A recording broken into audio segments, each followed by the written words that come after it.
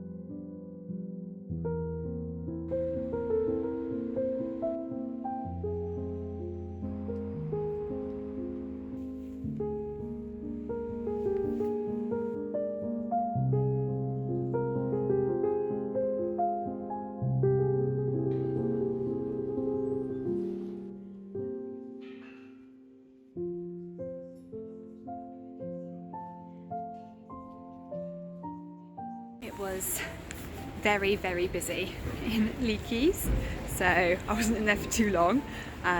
Lovely though, as always, so I'm off to Waterstones now.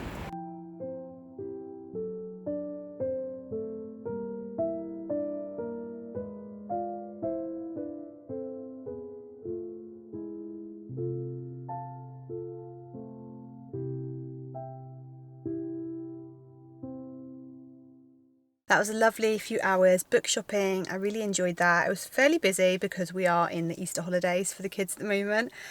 So yeah, I feel like I've had enough people now, enough city time. So I'm going to start heading down the road and I'll check in with you guys and share the books I got when I get back to the tiny home. Back at the tiny home, as you can see, and I wanted to give you a bit of a book haul, not a massive one. I didn't need a huge, I mean, I never really need books. I always have some like in rotation, but it's nice to top up now and again. And I got these in a range of different like places. So I'll start with the two that I got from, I'll start with the one on top. I'll start with this one, which I got from Waterstones. It's Sea Bean Here, and this is a memoir, a nature memoir. If you don't know, I in previous videos and on my Substack I've mentioned that I really like the genre nature memoir. It's kind of like it's kind of what it says on the tin. It's a memoir, so it's written by somebody about their life, but in the context of nature, and nature often has like a lot to do with it, and it's almost like a protagonist in itself. So an examples of some of the famous ones, the ones I really like, is like The Salt Path by Raina Wynn and all her books. I wrote a Substack post, like a deep dive into nature memoirs, and some of my top recommendations, so I'll link that below in case you haven't read that already on my Substack. But yeah, this was already on my list of nature memoirs to get. It's a fairly new release. I think it was just out like last year. But it's essentially about a woman that goes to live in Shetland, I think. I don't know if she goes to live there, but at least she goes on a trip there. I think she does move there. It's essentially about her dealing with a chronic illness and how she goes sort of to nature to help heal her. And specifically, like with Shetland, you obviously on an island, it's a lot to do with like more of the coastal nature in the sea and the things she finds on the beach and stuff. And I've heard great things. It's got some great reviews on the front as well, including Amy Liptrot, who wrote The Outcast, I think it is, and I suppose hers was a similar journey. It was Orkney she moved back to, so she was from Orkney originally, and when the reason she ended up moving back basically was she was dealing with an addiction to alcohol. She moved to London and ended up sort of becoming an alcoholic essentially, so she went back to Orkney, so you follow her journey of healing on Orkney. So it's a great book. Really recommend it. I think it's actually going to be made into a film as well, which is great, and it's one of the reasons I wanted to visit Orkney even more, although I'm meant to be in Orkney right now, but I got a stomach bug, quite a bad stomach bug, a week or so ago, and I couldn't go, which was very sad.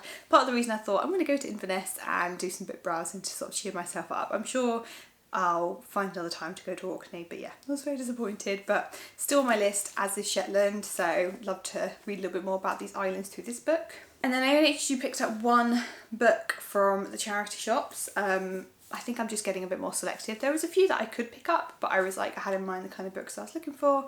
And I've seen this, I think is this on Netflix, because it's been made into a movie, this book here. What is it? The Last Letter from Your Lover. Pretty sure it's on Netflix now.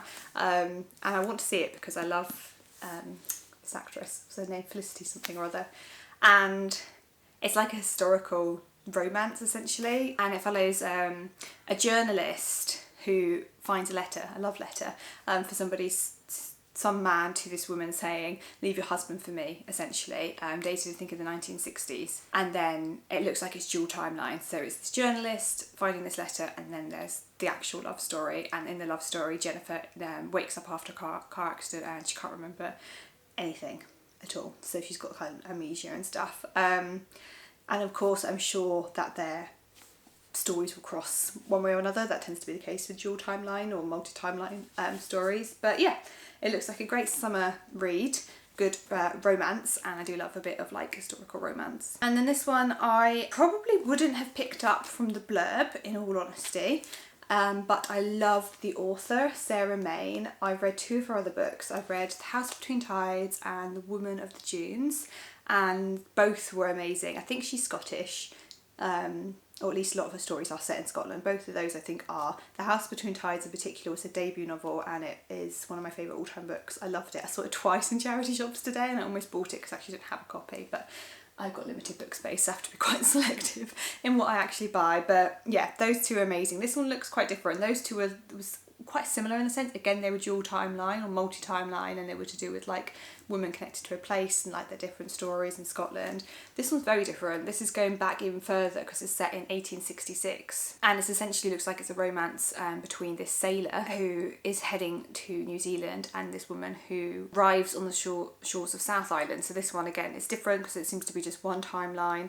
They're these two people that are drawn together by circumstance, but they stay together by choice. But then it says, after a terrible misunderstanding, they're cruelly separated and their newfound happiness is shattered. So it looks a bit more traditional, I don't know, traditional is the right word, but it looks like more, it's going to be one timeline. It's set in New Zealand. It's a slightly older like time as well to some of our other books. But yeah, I'm sure it will still be great because she's a fantastic author and I'm keen to read more of her writing. So I'll let you know. I'm curious to see how much I'll like this compared to her other novels. And then this one I'm absolutely buzzing to read. I've had this on my TBR for probably about a year now. The Birdcage by Eve Chase. She wrote The Glass House that I read last summer and was really, really good. I didn't give it 5 stars, I should say, but it was definitely a solid 4 stars. It was really good, but I really loved the premise of this one probably more so than I did of that. It's set on the Cornish coast, and it's essentially to do with this family and these daughters that are drawn back to Rock Point, which is a house on the Cornish coast by their father, who's this like famous painter. I think essentially what happens, they all get back together and all these secrets and lies come out that they've all been trying to escape in their all different ways. So there's like a lot of mystery, sounds like a mystery thriller type thing. I think it's set in now, I think it's a contemporary novel. Yeah, they've got a famous artist father and a terrible secret, essentially. I seem to be doing a thing about one of the books I read recently, The Garden Lost and Found, was a similar thing to do with an artist of a famous painting, so it seems to be a trend. But I also just love the cover. I just think that's beautiful. I might have to read this quite soon. I might have to bump up my list because it's probably the one I'm most excited to read out of the ones I got today. But yeah, a nice little selection of books there. I hope you enjoyed keeping me company on my little book shopping in Inverness. If you want to see any more videos like this, sort of me going out and about, or any particular like themed videos, or spending more time up in Inverness or anything like that, do let me know because I'm keen to hear your feedback on what you enjoy. But now I think Sky's being very patient sitting in her bed, but she will want her second walk of the day, so I better get on and do that. And thank you very much for watching, guys. I will see you next time.